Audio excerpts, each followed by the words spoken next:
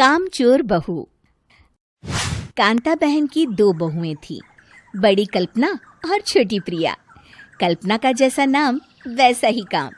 सारा दिन कल्पनाओं में रहती, ना कोई काम करती न कोई धाम। अरे कल्पना बहू, जरा अच्छी सी चटनी पीस दे, आज कुछ मजेदार खाने का मन है। पेट में जलन हो जाएगी माँ जी बुढ़ापे में, और वैसे भी मेरा काम करने का वक्त शाम का है, अब प्रिया को ही बोल दो। इतना कहकर कल्पना वहां से चली जाती है। कांता कल्पना के ऐसे रवैये से काफी परेशान रहती हैं। मैं बना देती हूँ माँ चटनी, ऐसा बोलकर प्रिया माँ को चटनी बनाकर प्लेट में खाने को देती है कि तभी वहां कल्पना आ जाती है। अरे वाह चटनी, जरा चक्कर तो देखूं, बड़े दिन हो गए। अरे नहीं बहू, तू तो रहने ही दे चटनी खाना, पेट में जलन हो जाएगी।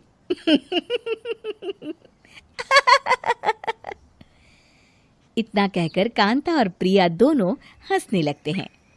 कल्पना सारा दिन या तो मोबाइल में यूट्यूब देखती या फिर सोती रहती। उसका कमरा भी बिखरा और गंदा रहता। एक दिन कल्पना का पति अशोक उससे कहता है, अरे कल्पना, जानवर भी उस जगह को साफ कर लेता है जहां वो बैठता है, तुम तो इंसान हो, कैसे इतने गंदे कमरे में रह लेती हो? देखो सारा सामान यहाँ वहां बिखरा पड़ा है। ज्यादा अपनी माँ का बोल ना बोलो। हाँ, कमरा तुम्हारा भी तो है, गंदा लग रहा है तो साफ कर लो। पता नहीं तुम्हारे साथ मैं कैसे जिंदगी बिताऊंगा। इतना कहकर अशोक वहां से चला जाता है। कल्पना बस खाना खाने कमरे से बाहर आती और फिर से कमरे में चली जाती। इससे कांता बहन काफी परेशान रहती। एक दिन प्रिया कांता से कहती है, माँ, मैं सारा दिन काम करके थक जाती हूँ, आप कल्पना दीदी से कहिए ना कि सुबह और शाम का काम बांट ले, मैं तो अब सिर्फ एक वक्त का ही काम करूँगी। हाँ। अरे तू वो भी ना करना, एक बहू तो कामचोर थी ही, दूसरी भी आ गई काम ना करने के बहाने लेकर। तभी वहां प्रिया का पति रमेश आ जाता है। माँ, मैं देख रहा हूँ भाभी कोई काम नहीं करती, प्रिया सारा दिन घर और रसोई का काम करती है, अब कुछ करो ना माँ।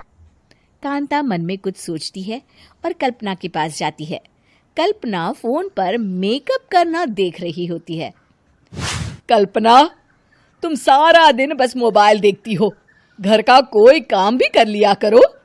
प्रिया सारा दिन काम करके थक जाती है, आज से मैंने फैसला किया है, एक वक्त का काम तुम करोगी, सुबह का खाना तुम बनाओगी और रात का प्रिया।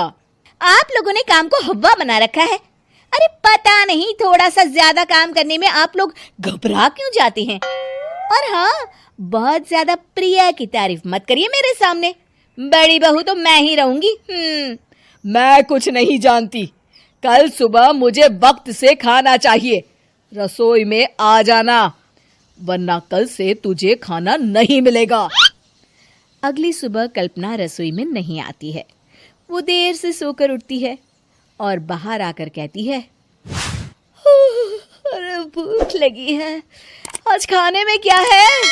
इतनी देर हो गई, आज किसी ने मुझे उठाया भी नहीं, पता नहीं कहाँ है सब। कल्पना को घर में कोई नहीं दिखता। वो रसोई की तरफ जाती है जहां बड़ा सा ताला लगा होता है। अरे रसोई में ताला? ओ, मैं तो भूल ही गई थी, माँ ने आज से सुबह का खाना मुझे बनाने को कहा था। हे भगवान, इतने लोगों का खाना बनाना क्या आसान है? तभी घर के सारे सदस्य बाहर से वापस आते हैं। वाह माँ जी, मजा आ गया छोले भटूरे खाकर। मेरे मुंह में तो अभी भी स्वाद आ रहा है। अरे कल्पना, तेरे भरोसे रहते तो हम तो भूखे ही रह जाते। कल्पना को बहुत गुस्सा आ जाता है।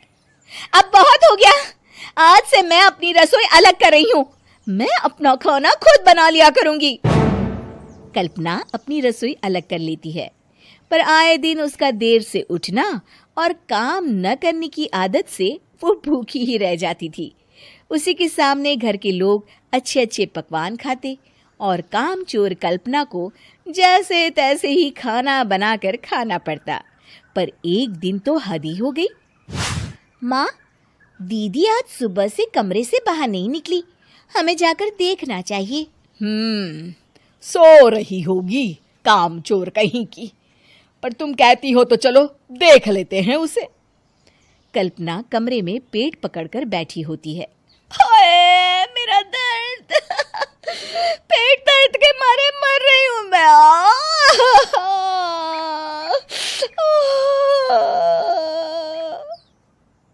अरे दीदी, क्या हुआ?